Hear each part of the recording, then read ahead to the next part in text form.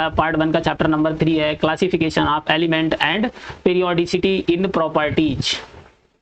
तो इस चैप्टर में सबसे पहले बात करते हैं जीनेसिस ऑफ पीरियोडिक क्लासिफिकेशन। तो सबसे पहले बात करते हैं डॉवर्नियर ट्रायड रूल था। इन्होंने कहा था कि जो middle element of each of the triad had an atomic weight about halfway between the atomic weight of other two, and also the properties of middle element were in between other two। तो इन्होंने कहा कि इनके अगर हम atomic weight की बात करें, जैसे कि हम एग्जांपल की बात करें लिथियम और पोटेशियम के एटॉमिक वेट की एवरेज वैल्यू कैलकुलेट कर लें, तो लिथियम का एटॉमिक वेट कितना होता है 7 होता है, और सोडियम का एटॉमिक वेट कितना होता है, पोटेशियम का एटॉमिक वेट कितना होता है 39। इनका एवरेज वैल्यू, तो इनका एवरेज निकालोगे ये कितनी आ जाएगी 23 के बराबर, जो कि किसका एटॉमिक वेट होता है सोडियम का, तो इसके बराबर हो जाएगा। और जो इनकी प्रॉपर्टीज भी हैं वो क्या होंगी, इन दोनों एलिमेंट के बीच की प्रॉपर्टी होंगी, properties of the element where in between other two, इन दोनों मतलब लिथियम और पोटेशियम के बीच की प्रॉपर्टी होंगी। इसी तरीके से कैल्शियम और बैरियम का अगर हम एवरेज एटॉमिक वेट की एवरेज वैल्यू कैलकुलेट करेंगे तो वो एटॉमिक वेट किसके बराबर आ जाएगा, स्ट्रोंशियम के बराबर। इसी तरीके से क्लोरीन और आयोडीन की एवरेज वैल्यू कैलकुलेट करेंगे एटॉमिक वेट की, तो ब्रोमीन के बराबर आ जाएगी। तो ये था डॉवर्नियर ट्रायड रूल। अब बात करते हैं law of octet. Law of octaves क्या कहता है, तो इन्होंने कहा था जैसे कि हम म्यूजिक की बात करते हैं, म्यूजिक में क्या होता है जैसे कि जो सारे गामा पादा नी होता है, तो उसी तरीके से यहाँ पर प्रॉपर्टी क्या होती है मतलब सिमिलर हो जाती है, जैसे कि फर्स्ट एलिमेंट की और जो 8th एलिमेंट है उन दोनों की प्रॉपर्टी क्या होंगी, एक जैसी होंगी, सिमिलर होंगी, अगर हम उनको एटॉमिक वेट के अकॉर्डिंग अरेंज करें तो। On arranging the element increasing order of atomic weight every 8th element, हर एक जो 8th एलिमेंट है had property similar to the first element. जैसे कि अगर हम लिथियम को फर्स्ट एलिमेंट मानते हैं तो सोडियम क्या हो जाएगा 8th एलिमेंट। लिथियम का एटॉमिक नंबर कितना होता है 3 और इसका एटॉमिक नंबर कितना होता है 11। तो यहाँ पर, और अगर हम इसके एटॉमिक वेट की बात करते हैं तो लिथियम का एटॉमिक वेट 7 होता है, ये 23 होता है। तो अगर हम बात करें यहाँ पर तो इनका जो एटॉमिक 8th एलिमेंट क्या है, सोडियम 8th एलिमेंट है, तो यहाँ पर इन दोनों की प्रॉपर्टी क्या होंगी, सिमिलर होंगी। इसी तरीके से बेरिलियम और मैग्नीशियम में भी बेरिलियम फर्स्ट हो जाएगा, तो ये क्या हो जाएगा 8th, और बोरान, एल्युमिनियम और कार्बन और सिलिकॉन। तो ये है लॉ ऑफ ऑक्टेव का रूल। अब बात करते हैं लॉदरमेयर। तो लॉदरमेयर ने क्या किया था, एक ग्राफ प्लॉट किया था, वो किसके बीच में, एटॉमिक वॉल्यूम और एटॉमिक वेट के बीच में, मेल्टिंग पॉइंट और एटॉमिक वेट के बीच में, बॉइलिंग पॉइंट और एटॉमिक वेट के बीच में ग्राफ प्लॉट किया। तो इन्होंने देखा जो ये मतलब उनके पैटर्न है वो क्या हो रहा है, पीरियोडिकली रिपीट हो रहा है, पीरियोडिकली क्या हो रहा है, रिपीट हो रहा है, बार बार वही आ रहा है रिपीट होते हुए, जैसे कि एक साइकिल घूमती है उसी तरीके से पीरियोडिकली रिपीट हो रहा था। उसके बाद बात करते हैं मेंडलीव पीरियोडिक लॉ। तो इनका जो लॉ क्या था, the properties of elements are periodic function of their atomic weight. तो जो एलिमेंट की प्रॉपर्टी है वो उसके एटॉमिक वेट का पीरियोडिक फंक्शन है, ये क्या था मेंडलीव की पीरियोडिक लॉ। और अगर हम बात करते हैं मॉडर्न पीरियोडिक लॉ जो कि मोजले के द्वारा दिया गया था, तो उन्होंने एटॉमिक वेट की जगह पर एटॉमिक नंबर लिया था, क्योंकि यहाँ पर कुछ एक्सेप्शन है जहाँ पर कुछ मतलब ऐसे एलिमेंट हैं जिनका एटॉमिक वेट क्या है कम हो जाता है, तो इसलिए ये मेंडलीव का वहाँ पर फेल हो गया था, एक्सेप्शन हो गया था। और जैसे कि उन्होंने कुछ वैकेंट जगह छोड़ रखी थी, तो उनका जो इन्होंने नाम रखा था, जैसे कि गैलियम है, गैलियम को इन्होंने एका एल्युमिनियम के नाम से कह दिया था। इसी तरीके से अगर हम बात करें जर्मेनियम को इन्होंने नाम दे दिया था एका सिलिकॉन, जर्मेनियम का नाम क्या था एका सिलिकॉन, और गैलियम को एका एल्युमिनियम कह दिया था। और अगर हम बात करें जैसे कि इन्होंने स्कैंडियम की बात करें तो स्कैंडियम को क्या कह दिया था, एका बोरान बोल दिया था। और अगर हम बात करते हैं जैसे कि टेक्नीशियम टीसी, इसको इन्होंने कह दिया था एका मैग्नीज, एका मैग्नीज के नाम से बोल दिया था। तो इन्होंने कुछ ये मतलब वैकेंट जगह छोड़ दी थी जहां पर एलिमेंट जो डिस्कवर नहीं हुए थे, तो उन्होंने नाम उसके मतलब जो उसका उससे पहले वाला एलिमेंट है उसके अकॉर्डिंग रख दिया था। अब बात करते हैं modern periodic law and table. Modern periodic law क्या कहता है, state that the physical and chemical properties of the element are periodic function of their atomic number. जबकि मेंडलीव का क्या था, एटॉमिक वेट की बात की थी, और यहाँ पर क्या है एटॉमिक नंबर। तो ये है मॉडर्न पीरियोडिक लॉ। ये पीरियोडिक टेबल दे रखी है, तो यहाँ पर अगर हम बात करते हैं तो ये 1 2 3 ये क्या है पीरियड है, ये क्या है पीरियड नंबर दे रखे हैं, और ये क्या है ग्रुप नंबर। ये हो गया पीरियड, पीरियड को रिप्रेजेंट कर रहा है, और ये हो गया ग्रुप। और ये लेंथेनॉइड एक्टिनॉइड हैं, ये ब्लॉक एलिमेंट हैं जिन्हें इनर ट्रांजिशन एलिमेंट कहा जाता है। और ये इनकी जो पोजीशन क्या है, इन दोनों की पोजीशन कौन सी है, थर्ड ग्रुप में है, ये थर्ड ग्रुप में है। थर्ड ग्रुप जो है सबसे बड़ा ग्रुप है, सबसे बड़ा ग्रुप है पीरियोडिक टेबल का। पीरियोडिक टेबल का जो सबसे बड़ा ग्रुप है वो कौन है, सबसे बड़ा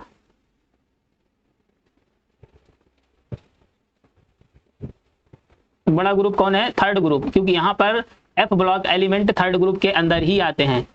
ये कि 6 पीरियड में है और ये 7th पीरियड में है। लेंथेनॉइड किस में है, 6 थर्ड ग्रुप के 6 पीरियड के थर्ड ग्रुप में, और एक्टिनॉइड किस में है, 7th पीरियड के थर्ड ग्रुप में।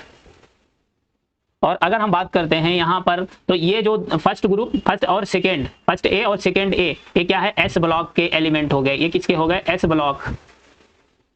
और ये हैं यहाँ पर ग्रुप नंबर 13 से लेकर 0 तक, 13 से लेकर 18 तक, या 0 ग्रुप भी 18 ग्रुप को कहा जाता है। ये हो गया पी ब्लॉक एलिमेंट, इसको पी ब्लॉक कहा जाता है। और ये जो बचा है ग्रुप नंबर 3 से लेकर 12 तक, 3 to 12, ये कौन सा है, डी ब्लॉक। ये कौन सा ब्लॉक है, डी ब्लॉक। डी ब्लॉक को ट्रांजिशन एलिमेंट भी कहा जाता है, लेकिन एक्सेप्ट जिंक, कैडमियम और मरकरी को छोड़कर। जिंक, कैडमियम, मरकरी को ट्रांजिशन एलिमेंट नहीं होते हैं, क्योंकि यहाँ पर डी ब्लॉक क्या होता है, पूरी तरीके से भरा हुआ होता है, कंप्लीटली फिल्ड होता है। और एफ ब्लॉक को इनर ट्रांजिशन एलिमेंट कहा जाता है। अब बात करते हैं जो एटॉमिक नंबर मोर देन 100 वाले एलिमेंट हैं, उनके नोमेनक्लेचर की बात करते हैं। Nomenclature of element having atomic number more than 100। तो इसके लिए रूल होता है, तो इसके लिए रूल होता है, अगर हम बात करें 0, जहां पर 0 आएगा उसके लिए क्या लिखेंगे, नील। और इसका जो सिंबल होता है n से रिप्रेजेंट कर सकते हैं। और 1 के लिए अन यूज किया जाता है, सिंबल यू हो जाएगा। 2 के लिए बाई यूज करते हैं और सिंबल बी हो जाएगा। 3 के लिए ट्राई यूज करते हैं, सिंबल टी हो जाएगा। और 4 के लिए क्वाड यूज किया जाता है आईपीएससी सिस्टम में मोर देन 100 एटॉमिक नंबर वाले एलिमेंट के लिए। तो इसके लिए क्यू हो जाएगा सिंबल। 5 के लिए पेंट यूज करते हैं, सिंबल पी हो जाएगा। 6 के लिए हेक्स यूज किया जाता है और सिंबल एच हो जाएगा। 7 के लिए सेप्ट, सिंबल एस। 8 के लिए ऑक्ट और सिंबल ओ। और 9 के लिए इन यूज किया जाता है, सिंबल ई। जैसे कि अगर हम बात करें यहाँ पर मान लो 101, इसका एटॉमिक नंबर लिखना है हमको 101 का। तो 101 क्या है, 1 के लिए क्या यूज करते हैं, अन। तो यहाँ पे लिखेंगे अन। फिर 0 के लिए नील यूज करते हैं, तो ये आ जाएगा नील, अन नील। फिर उसके बाद में फिर बन आ रहा है, फिर बन है मतलब फिर अन यूज करेंगे तो अन। उसके बाद ईएम लिख देंगे, उसके बाद क्या लिख देंगे, ईएम। तो ये हो जाएगा अन नील, अन नील, अन ईएम। एटॉमिक नंबर हो गया, मतलब ये आईपीएससी नेम हो गया 101 का। सिंबल क्या हो जाएगा, अन के लिए यू, नील के लिए एन और फिर एन के लिए यू, तो इसका यू एन यू सिंबल हो जाएगा।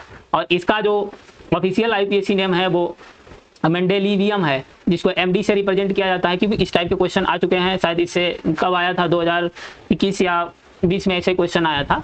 तो ऐसे क्वेश्चन आ जाते हैं कि ये नाम भी पूछ लेते हैं, ऑफिशियल एटॉमिक नंबर दे देंगे, ऑफिशियल आईपीएससी नाम पूछ सकते हैं। 102, तो 2 आ गया, 1 के लिए अन, 0 के लिए नील और 2 के लिए यूज करते हैं बाई और आई एम लगा देंगे, मतलब आई यू एम। तो ये आ जाएगा क्या, अन नील बीएम, अन नील बीएम। और सिंबल ये हो जाएगा यू एन बी। और इसका जो ऑफिशियल आईपीएससी नेम क्या होता है, नोबेलियम, नोबेलियम। और सिंबल क्या हो जाएगा आईपीएससी का, एन ओ, नो। इसे इसी तरीके से हर एलिमेंट का आईपीएससी नेम लिख लेंगे। और इनका जो ऑफिशियल आईपीएससी नेम है ये भी याद रखना, सिंबल भी याद रखना, कुछ भी पूछा जा सकता है। तो इस तरीके से इसको याद कर लेना। आईपीएससी जो रूल है ये मेन की, इसको याद कर लेना। ये टेबल याद हो गई तो ये ऑटोमेटिक याद हो जाएगा। और ये चीज़ याद कर लो, अगर हो सके तो, नहीं हो रहा कोई बात नहीं, तो आ सकता है क्वेश्चन इस टाइप से भी आ सकते हैं, क्योंकि ऑफिशियल आईपीएससी नेम पूछ लेते हैं। ये तो लिख लोगे आईपीएससी, लेकिन ऑफिशियल लिख नहीं लोगे, ये तो याद ही होना चाहिए। अब बात करते हैं इलेक्ट्रॉनिक कॉन्फ़िगरेशन, जो जर्नल इलेक्ट्रॉनिक कॉन्फ़िगरेशन है पीरियोडिक टेबल के, उसके लिए बात करते हैं। जर्नल आउटर इलेक्ट्रॉनिक कॉन्फ़िगरेशन, अगर हम बात करें एस ब्लॉक की, एस ब्लॉक का जो जर्नल इलेक्ट्रॉनिक कॉन्फ़िगरेशन है वो NS122, मतलब फर्स्ट ग्रुप क्या हो जाएगा, NS1 हो जाएगा। और सेकंड ग्रुप के लिए NS2 हो जाता है, मतलब NS1 से लेकर 2। एस में इलेक्ट्रॉन 2 ही रह सकते हैं मैक्सिमम। तो ये तो हो गया एस ब्लॉक का journal electronic configuration. P block की बात करें तो पी ब्लॉक का जर्नल इलेक्ट्रॉनिक कॉन्फ़िगरेशन क्या हो जाएगा, NS2 क्या है, ये पूरी तरीके से फिल होगा। उसके बाद NP1 to 6, 1 पी में 1 से लेकर 6, 1 to 6, कुछ भी हो सकता है, 1 से 6 मतलब 1 भी हो सकता है, 2 भी हो सकता है, p में इलेक्ट्रॉन 3, 4, 5, 6 तक रह सकते हैं। डी ब्लॉक का जनरल इलेक्ट्रॉनिक कॉन्फ़िगरेशन क्या हो जाएगा, n-1d, n-1d 1 to 10 और ns 0 to 2, मतलब यहाँ पर जो ns क्या है वो 0 भी हो सकता है और मैक्सिमम कितने हो सकते हैं 2, और d में 1 से लेकर 10 तक हो सकते हैं, डी में 1 से लेकर 10 तक हो सकते हैं। ऐसे एफ ब्लॉक का जो जनरल इलेक्ट्रॉनिक कॉन्फ़िगरेशन है वो क्या होगा, n-2f, n-2f 1 to 14, f में कितने हो सकते हैं 1 से लेकर 14 तक, और n-1d 0 to 1, मतलब d में या तो 0 होगा या फिर 1 होगा, 0 होगा या 1 होगा, इसके अलावा d में कुछ भी नहीं मिलेगा। और ns2 मतलब ns क्या होगा, पूरी तरीके से कंप्लीटली फिल्ड मिलेगा f ब्लॉक में। अगर हम बात करते हैं 3D सीरीज की, 3D सीरीज मतलब एटॉमिक नंबर 21 से लेकर 30 तक, एटॉमिक नंबर 21 से लेकर 30 तक, मतलब स्कैंडियम से लेकर जिंक तक, इसको बोलते हैं 3D सीरीज। मतलब 3D फर्स्ट सीरीज है डी ब्लॉक की। और 4D सीरीज की बात करते हैं, एटॉमिक नंबर 39 से लेकर 48 तक, मतलब स्ट्रॉन्शियम से लेकर कैडमियम तक, स्ट्रॉन्शियम से लेकर कैडमियम तक, सॉरी 39 मतलब स्ट्रॉन्शियम नहीं होगा, 1 मिनट, ये होगा एट्रियम,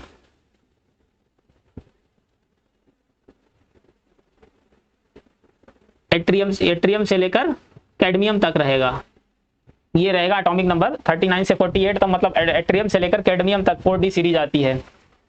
अब बात करते हैं 4F inner transition series. 4F inner transition series मतलब ये कौन सा लेंथेनॉइड हो जाएगा, एटॉमिक नंबर 58 से लेकर 71 तक, ये कौन सा है, इसी को कहा जाता है लेंथेनॉइड सीरीज के नाम से जानते हैं 4F सीरीज।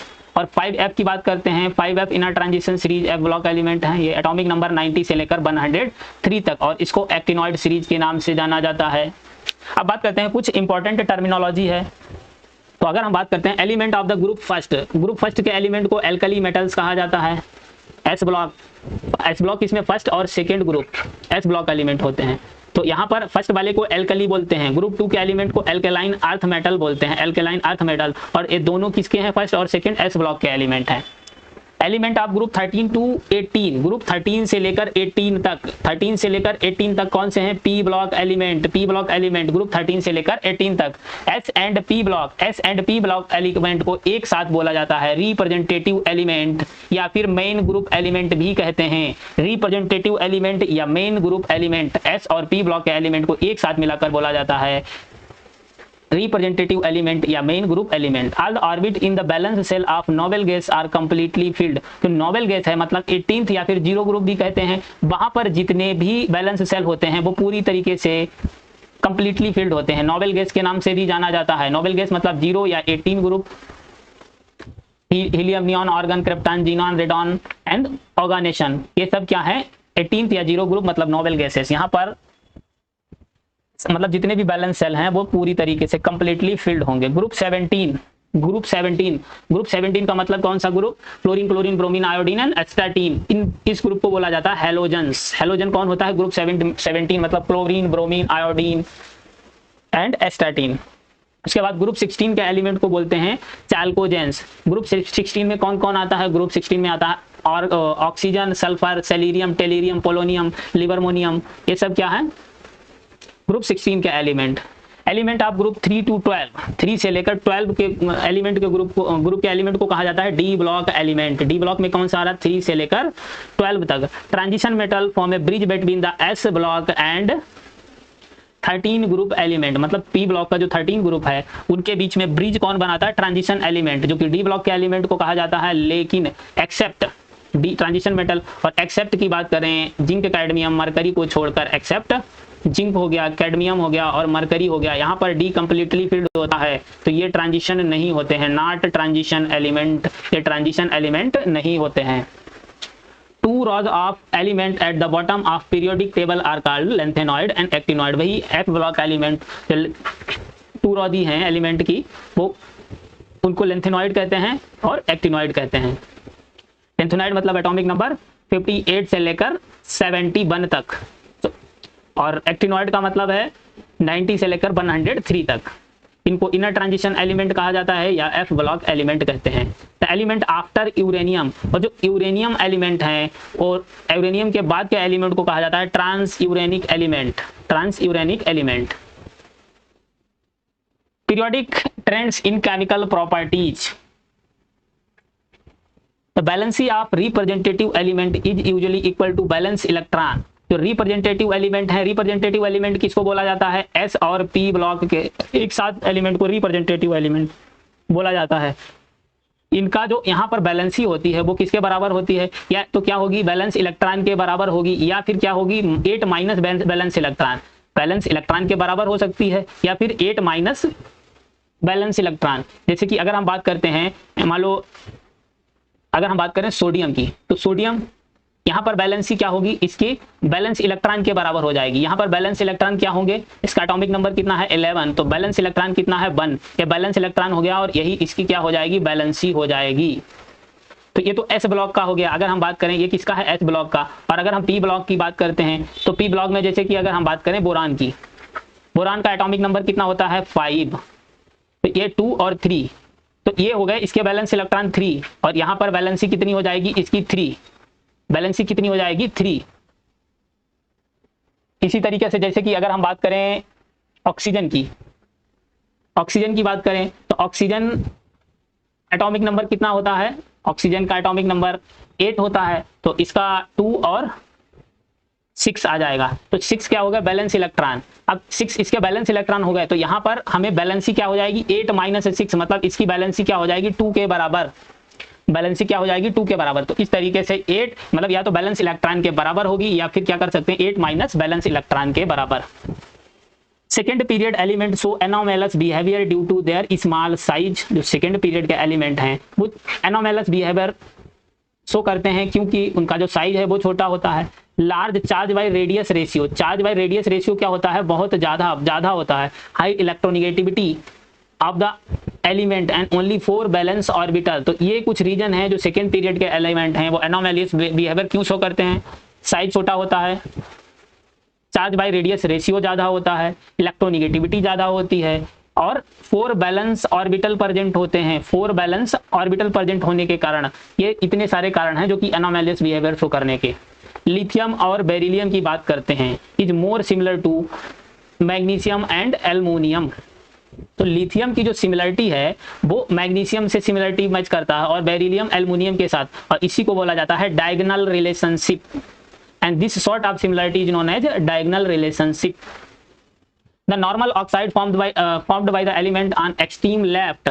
जो नॉर्मल ऑक्साइड कौन बनाता है, normal oxide formed by element on the extreme, जो पीरियोडिक टेबल में लेफ्ट साइड प्रेजेंट है, मतलब एस ब्लॉक के एलिमेंट फर्स्ट और सेकंड की बात करें जो मोस्ट बेसिक होते हैं, जैसे कि सोडियम का oxide Na2O, where is formed by the element on the extreme right. Right का मतलब पी ब्लॉक के एलिमेंट वो कैसे होंगे, मोस्ट बेसिक होंगे, जैसे कि क्लोरीन का ऑक्साइड Cl2O7, ये कैसा होगा, एसिडिक होगा। और एस ब्लॉक का मतलब सोडियम का ऑक्साइड कैसा होता है, मोस्ट बेसिक।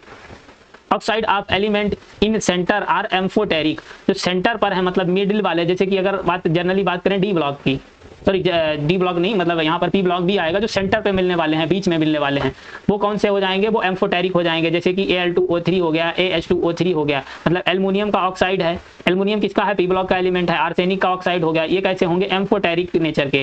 और न्यूट्रल की बात करते हैं, न्यूट्रल, न्यूट्रल में कौन आ जाता है, कार्बन मोनोऑक्साइड हो गया, NO हो गया, N2O हो गया, ये क्या है, न्यूट्रल ऑक्साइड की कैटेगरी में आते हैं। Amphoteric oxide, amphoteric oxides behaves as acidic with bases and as a basic with acid, मतलब जो एसिड की एसिडिक बिहेवियर शो करेंगे बेस के साथ में, और बेसिक बिहेवियर शो करते हैं एसिड के साथ में। Whereas neutral oxide have no acidic या or basic properties. Neutral oxide का मतलब ना तो एसिडिक प्रॉपर्टी होगी ना बेसिक प्रॉपर्टी होगी। अब बात करते हैं कुछ फिजिकल प्रॉपर्टी के ट्रेंड। तो अगर हम बात करते हैं कोवैलेंट रेडियस की, कोवैलेंट रेडियस क्या होती है, कोवैलेंट रेडियस होती है the half of the bond distance between 2 similar atom, मतलब 2 सिमिलर एटम के बीच की जो डिस्टेंस है, बॉन्ड के बीच की जो डिस्टेंस है वो क्या हो जाएगी, कोवैलेंट रेडियस के बराबर हो जाएगी। मेटेलिक रेडियस क्या होती है, मेटेलिक रेडियस होती है is the half of the internuclear distance separating the metal course in metallic crystal, मतलब उनके जो न्यूक्लियस है, न्यूक्लियस के बीच की डिस्टेंस की हाफ वैल्यू है वो क्या हो जाएगी, मेटेलिक रेडियस हो जाती है उसकी। Atomic radius refers to both covalent और metallic radius depending upon the element is a non metal or metal. तो एटॉमिक रेडियस है बोथ कोवेलेंट या मेटेलिक हो जाती है, वो डिपेंड करती है कि वो क्या है, मेटल है कि नॉन मेटल है। मेटल है मतलब मेटेलिक रेडियस और नॉन मेटल है मतलब covalent radius. Atoms are ions which contains same number of electron। ऐसे एटम या आयन जिनके पास same number of electron present हैं उनको कहा जाता है isoelectronic species. Isoelectronic species जैसे कि अगर हम बात करें ऑक्सीजन की, ऑक्सीजन का एटॉमिक नंबर कितना होता है, 8 होता है। तो यहाँ पर जब ऑक्सीजन अगर हम बात करें न्यूट्रल हो, जैसे कि यहाँ पर कोई भी अगर एटम है ऑक्सीजन, कोई भी चार्ज नहीं है इस पर, तो कितने इलेक्ट्रॉन हो जाएंगे, इसके पास 8 इलेक्ट्रॉन। लेकिन जब -2 आ गया चार्ज, -2 आ गया मतलब 2 इलेक्ट्रॉन ऐड हो गए, नेगेटिव चार्ज आने का मतलब इलेक्ट्रॉन बढ़ गए, यहाँ पर इलेक्ट्रॉन ऐड हो गए, तो वो -2 का मतलब यहाँ पर कितने हो गए, 10 इलेक्ट्रॉन। फ्लोरीन की बात करते हैं तो फ्लोरीन के पास न्यूट्रल एटम जो फ्लोरीन का होता है वो 9 इलेक्ट्रॉन होते हैं। अब F1 माइनस आ गया मतलब 1 इलेक्ट्रॉन ऐड हो गया तो 10 हो गए, मतलब ऑक्सीजन के पास भी 10 इलेक्ट्रॉन है, फ्लोरीन के पास भी 10 इलेक्ट्रॉन है। सोडियम की बात करते हैं तो सोडियम के पास एटॉमिक नंबर 11 होता है, मतलब 11 इलेक्ट्रॉन होते हैं। अब 11 इलेक्ट्रॉन होते हैं तो न्यूट्रल एटम में, लेकिन एक पॉजिटिव आ गया, एक पॉजिटिव आने का मतलब एक इलेक्ट्रॉन निकल गया, और एक इलेक्ट्रॉन निकल गया मतलब 10 इलेक्ट्रॉन बचे। तो यहाँ पर O-2 है, F- है और Na+ है, तीनों क्या है, आइसो इलेक्ट्रॉनिक हैं क्योंकि same number of electron present हैं इनमें। अब बात करते हैं ionic radii. Ionic radii can be estimated by measuring the distance between cation and anions. तो आयनिक रेडियाई क्या होगी, दो कैटायन और एनायन के बीच की जो डिस्टेंस होती है वो क्या हो जाएगी, उनकी आयनिक रेडियाई हो जाएगी। A cation is always smaller than its parent atom. Cation का मतलब कोई भी एटम है उस पर पॉजिटिव चार्ज आ जाए, कैटायन हो गया। जैसे कि Na+ क्या है, जैसे कि अगर हम बात करें Na+ और Na ये क्या है, न्यूट्रल है, तो जो Na+ का साइज न्यूट्रल एटम से हमेशा छोटा होगा, न्यूट्रल एटम का साइज ज्यादा होगा। Cation always smaller than the parent atom. While an anion की बात करें मतलब माइनस आ गया, is always bigger than the parent atom. जो एनायन है वो हमेशा पेरेंट एटम से ज्यादा होगा, जैसे कि बड़ा होगा, मतलब जैसे कि Cl- और Cl की बात करते हैं तो यहाँ पर -1 एक इलेक्ट्रॉन आ गया मतलब Cl- का साइज ज्यादा हो जाता है पेरेंट एटम से। आयनाइजेशन एंथैल्पी, आयनाइजेशन एंथैल्पी क्या होती है, ionization enthalpy is the energy required to remove an electron from an isolated gaseous atom. Isolated gaseous atom से एक इलेक्ट्रॉन निकालने के लिए जो एनर्जी जरूरत रिक्वायर्ड पड़ती है उसको बोलते हैं आयनाइजेशन एंथैल्पी। आयनाइजेशन एंथैल्पी किसको कहा जाता है, आइसोलेटेड गैसियस एटम में से एक इलेक्ट्रॉन निकालने के लिए जो एनर्जी रिक्वायर्ड होती है वो होती है ionization enthalpy. Third ionization enthalpy is higher than second and so on. जैसे कि अगर हम बात करें फर्स्ट आयनाइजेशन एंथैल्पी, ये फर्स्ट हो गई, फर्स्ट से ज़्यादा होगी सेकंड आयनाइजेशन, और सेकंड से ज़्यादा होगी थर्ड, थर्ड से ज़्यादा होगी फोर्थ। इसी तरीके से आयनाइजेशन एंथैल्पी इंक्रीज करती जाती है। अब बात करते हैं the effective nuclear charge. Effective nuclear charge, effective nuclear charge का मतलब क्या है, Z effective. Z effective charge experienced by valence electron in an atom will be less than the actual charge on the nucleus because the shielding or screening of valence electron from the nucleus by intervening cold electron। मतलब जो valence electron है वो क्या करते हैं, screen कर देते हैं, स्क्रीन करते हैं मतलब उसको स्क्रीन करने का काम करते हैं, शील्ड करने का काम करते हैं। तो जैसे कि अगर हम बात करें श्रेटर रूल की, तो स्क्रीनिंग इफेक्ट कांस्टेंट मतलब सिग्मा की वैल्यू, स्क्रीनिंग कांस्टेंट सिग्मा की वैल्यू अगर हम बात करें सिंगल इलेक्ट्रॉन स्पेसीज है उसके लिए 0 होती है, सिंगल इलेक्ट्रॉन स्पेसीज के लिए, और 2 इलेक्ट्रॉन के लिए सिग्मा की वैल्यू 0.3 होती है। याद रखना, वैसे पूछागा नहीं। आप बात करें जैसे कि एग्जांपल हीलियम है, हीलियम क्या है, 2 इलेक्ट्रॉन स्पेसीज है, 2 इलेक्ट्रॉन स्पेसीज है, तो यहाँ पर अगर हम बात करें 2 इलेक्ट्रॉन स्पेसीज के लिए सिग्मा 0.3 होता है। तो यहाँ पर Z इफेक्टिव की वैल्यू कैलकुलेट करेंगे तो Z minus sigma equal to Z, मतलब एटॉमिक नंबर कितना है 2 है, सिग्मा कितना 0.3 हो गया मतलब 1.7 आ गया इसका Z इफेक्टिव की value. Screening effect of each NS and NP जो आउटर मोस्ट ऑर्बिट हैं, screening effect of each NS and NP outer most electrons के लिए कितना होता है 0.35। NS और NP आउटर मोस्ट ऑर्बिट के लिए कितना होता है 0.35। Screening effect of each N-1 penultimate orbit मतलब SPD इलेक्ट्रॉन्स के लिए कितना होता है 0.85। Screening effect of each N-2 and below all the electron present, या इसके बिलो जितने भी इलेक्ट्रॉन प्रेजेंट होंगे इन SPD में F में, वो किसके बराबर, वो उसका मतलब वहां पर कितनी वैल्यू होगी 1 के बराबर होगी। स्क्रीनिंग इफेक्ट की वैल्यू मतलब सिग्मा की वैल्यू कितनी होगी 1। जैसे कि बात करते हैं from top to bottom in a group Z effective क्या रहता है, कांस्टेंट रहता है। टॉप टू बॉटम ग्रुप में नीचे जाने पर क्या है, सिग्मा कांस्टेंट रहता है, और जबकि सॉरी जेड इफेक्टिव कांस्टेंट रहता है। तो अगर हम बात करें जेड इफेक्टिव की बात, लेकिन अगर हम लिथियम सोडियम पोटेशियम यहाँ पर देख लो क्या है 1.3 2.2 है, 2.2 2.2 2.2 2 लगभग में कांस्टेंट है। पहले इंक्रीज किया लिथियम से सोडियम तक, लेकिन उसके बाद क्या हो रहा है, कांस्टेंट हो गया। ऐसे ही अगर हम पीरियड की बात करते हैं तो पीरियड में जेड इफेक्टिव क्या हो रहा है, इंक्रीज हो रहा है। तो ये याद रखना, ग्रुप में क्या रहता है, कांस्टेंट रहता है, पीरियड में जेड इफेक्टिव की वैल्यू क्या होती है, इंक्रीज करती है। पीरियड में जेड इफेक्टिव क्या होता है, इंक्रीज करता है। 2p electron of boron is more shielded from the nucleus than the 2s electron. जो 2p इलेक्ट्रॉन है बोरान के वो ज्यादा शिल्डेड हैं न्यूक्लियस से than the 2s electron. Therefore, ionization energy of boron is slightly less than that of beryllium। तो boron की जो आयनाइजेशन एनर्जी है वो क्या होगी, कम होगी, slightly less than the beryllium से थोड़ी कम होती है। In nitrogen atom 3 2p electrons resides in different orbital. अगर हम बात करें नाइट्रोजन एटम की तो यहाँ पर 3 2p इलेक्ट्रॉन होते हैं जो कि डिफरेंट ऑर्बिटल में प्रेजेंट होते हैं। वेरिन ऑक्सीजन की बात करें तो यहाँ पर 2 ऑफ 4 2p इलेक्ट्रॉन होते हैं। भाई ऑक्सीजन, अगर हम बात करें नाइट्रोजन का एटॉमिक नंबर 7, इसका electronic configuration 1s2 2s2 and 2p कितना आ जाएगा 3।